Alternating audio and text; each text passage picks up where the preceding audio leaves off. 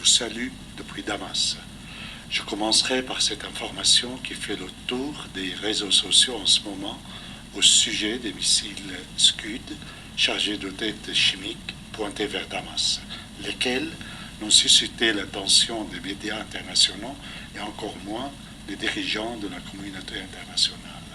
Que se passe-t-il vraiment? Le 11 février 2016, M. Jafari, représentant permanent de la Syrie auprès de l'ONU, a alerté par une lettre identique le secrétaire général de l'ONU ainsi que le président du Conseil de sécurité de l'acquisition de Daesh des missiles Scud qu'il avait installés au nord de Damas. Que dit exactement la lettre de l'ambassadeur syrien à l'ONU? Je cite.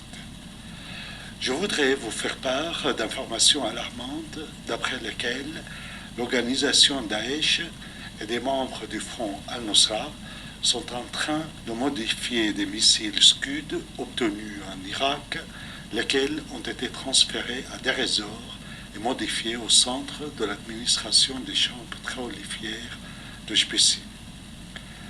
Ces missiles ont été ensuite transférés dans le bâtiment du centre agricole de la ville de Raqqa, capitale proclamée par Daesh.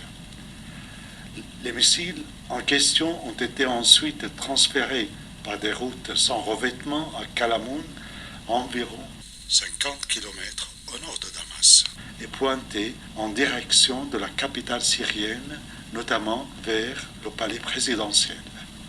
Une question se pose.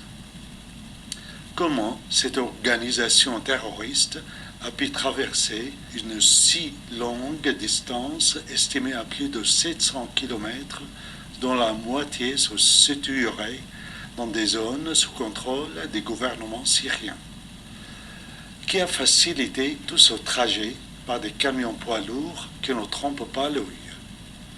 Puisse-t-on imaginer une telle escalade sans l'appui des puissances mondiales et régionales? Est-ce que ces puissances mondiales ont décidé de mettre fin à cette guerre en reproduisant le scénario d'Hiroshima en 1945? Enfin, est-ce que vous, mesdames et messieurs qui m'écoutez, vous les laisserez faire?